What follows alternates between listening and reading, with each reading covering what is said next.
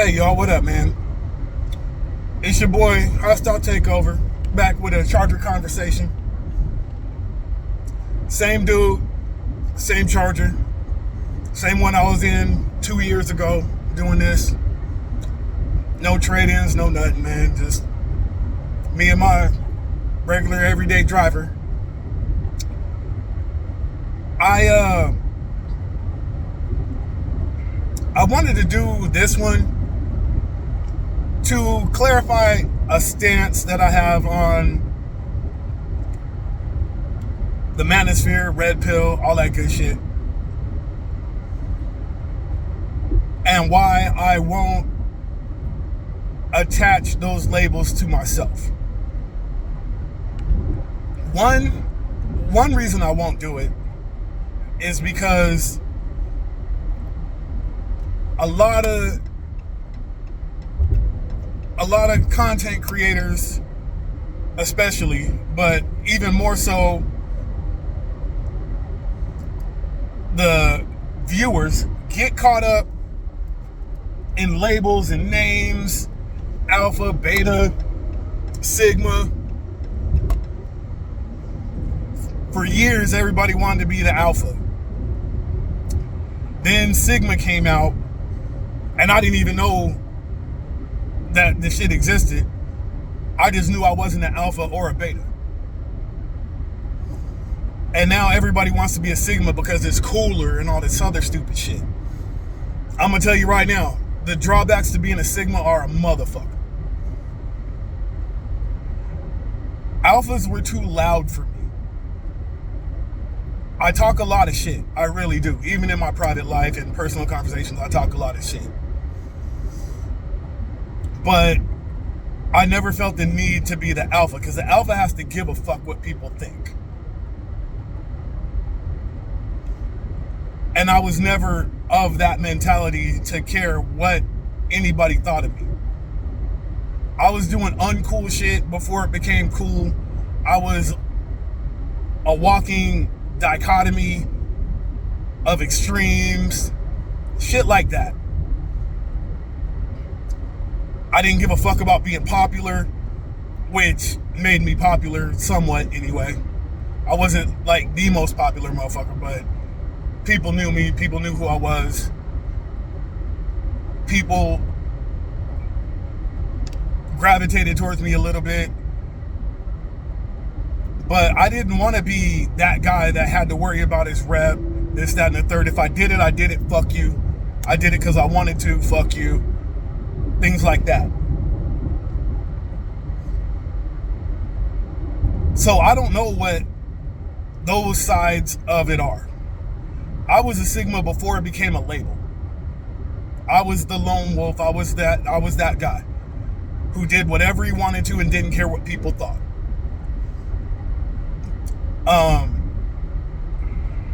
I was an athlete. I ran track. I played football, played baseball. I was a pretty good athlete. But I also did shit that athletes don't do, like I was in drama in high school. And when I say in drama, like I didn't just take the class, I was actually in the plays, in the productions. I was on the speech team in drama. I got a letter for that shit. I got a varsity letter for speech. I didn't even know that was a thing. But that got me over stage fright really early. Really early.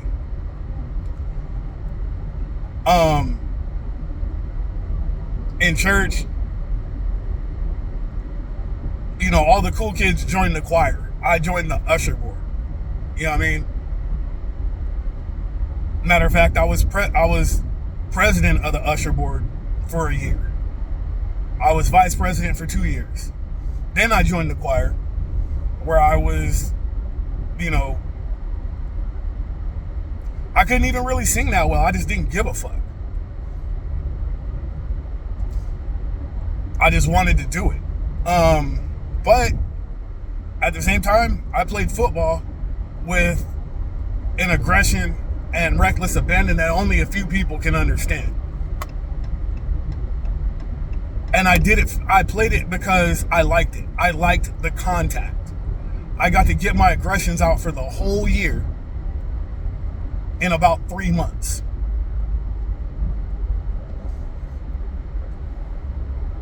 I was actually a better baseball player than football player.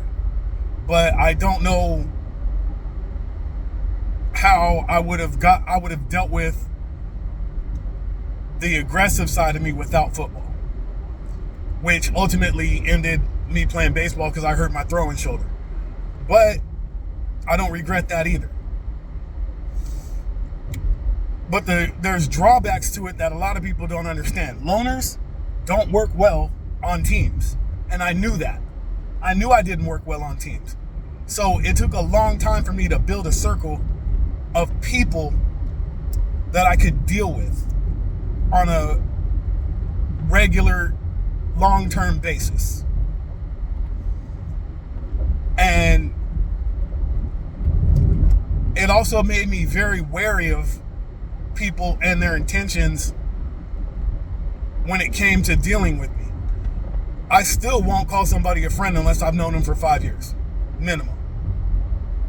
I'm not even playing. There are very few exceptions to that. And on top of being recommended by somebody I know, that being recommended by someone I call a friend, there has to be a lot of commonality. I mean a lot. And you have to have a lot of hardline base rules for yourself in your life. And you have to live that shit to get past that 5-year mark. And people will show their true colors way before 5 years. But the friends that I do have, I've known them forever. I literally still have friends from the sandbox, the literal sandbox. We played in sandboxes together. My best friend, I've known for 33 years. I met him in high school. I've known him for 33 years.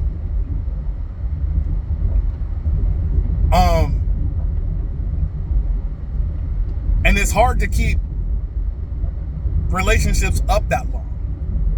It's hard to keep friendships going that long. It takes a lot of fucking work. But guys like me are the epitome of the saying, no new niggas. You are not just gonna show up and be that guy and be accepted in my circle. We don't do that. We're gonna side-eye the absolute fuck out of you.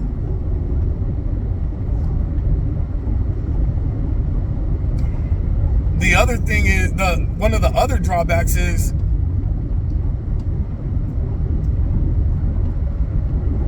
getting comfortable with being alone. And I say that's a drawback because it creates uncomfortability when you're not alone. When you're around people for extended periods of time, it creates a set of uncomfortableness within you. I had to learn to be around people. On top of the fact that my personality, plus I grew up an only child. So I got very used to being alone. And it's an advantage in some ways, and in some ways it's not. Like, you get creative when you're alone. I didn't have a brother or a sister to hang out with and be stupid with and do stupid ass little kid shit. And on top of that, when I got in trouble after my ass whipping, my mom would send me to my room and say, sit there. Okay, I'm not gonna sit there bored. I had a bookshelf full of books. I'm gonna read one of these motherfuckers. And that's where I was fortunate because my mom was a teacher, an English teacher at that. So I knew my mom wasn't going to tell me put that book down and be bored. And she knew what I was doing. The door was wide open. I'm sitting there reading a book. I'm in my room like she said. I'm not watching TV like she said. But honestly, I don't see how any reasonable parent would tell their child to put down a book and be bored.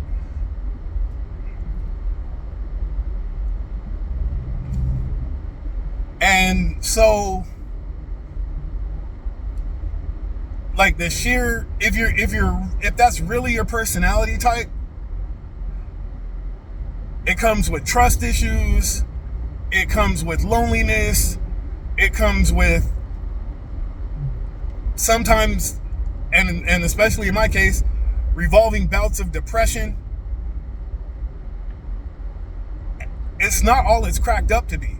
Are there advantages to it? Of course, we all know those. I'm not going to go over them. But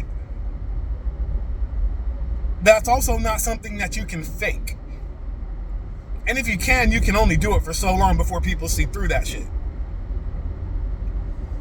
The reason I'm able to say what I say and not give a fuck about the reaction is because the people close to me know where my heart is. I get called an asshole on a regular basis. Partly because it's true. I'm a fucking dick. My wife will tell me, she'll tell you, me, and my mama that I'm an asshole. But I'm not an asshole to her. There's a difference.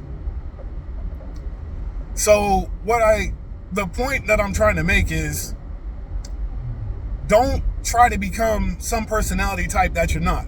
You're going to come off disingenuous and people are going to hate you. Also,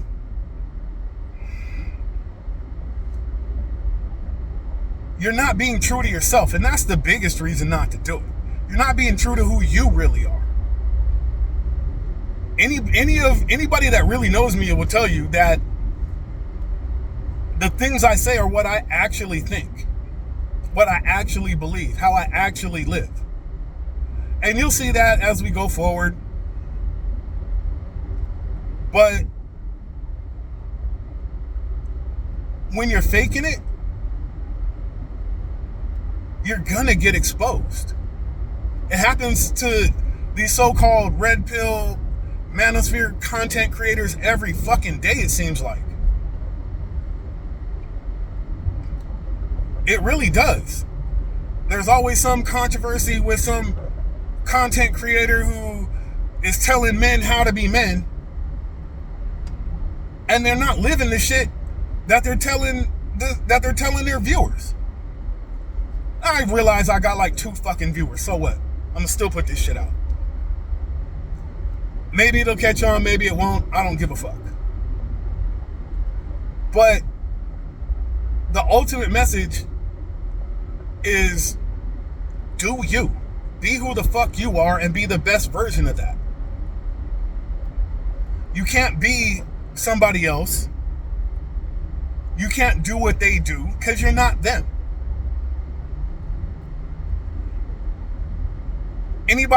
I'm a hip hop head. All my friends know it. You can catch me at a local hip hop show. I was supposed to go to one last night, but work got in the way. Yeah, I work at night. So I'm actually on my way home right now. But I'm a huge hip hop head. And the song that just came to my mind as I'm explaining and discussing this was Do You by DMX. If you haven't heard it, go listen to it. It's pretty much on all the streaming platforms. RIP DMX. And hey, just do you. Be who the fuck you are and be the best version of that. And I'll be sharing some life experiences and things I've learned to help you do that. But at the end of the day, it's on you to do what's best for you to be the best version of you. All right? Middle fingers up. Or as I used to say on stage when I closed my set, put 2 fingers in your ass, spread them apart, say peace.